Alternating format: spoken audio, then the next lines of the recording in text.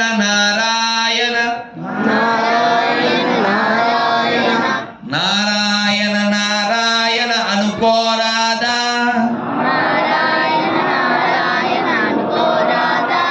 నాలికే చేదా ఓపికే లేదా ఒంటికే బరువా గుర్తు చెప్పండి.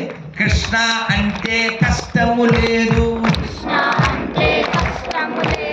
అచ్యుత అంటే ఆపద రాదు, రామ అంటే రోగము లేదు, నారాయణ అంటే నరకము రాదు, గోవింద్ అంటే గొడవే లేదు, గోవింద్ అంటే గొడవే లేదు,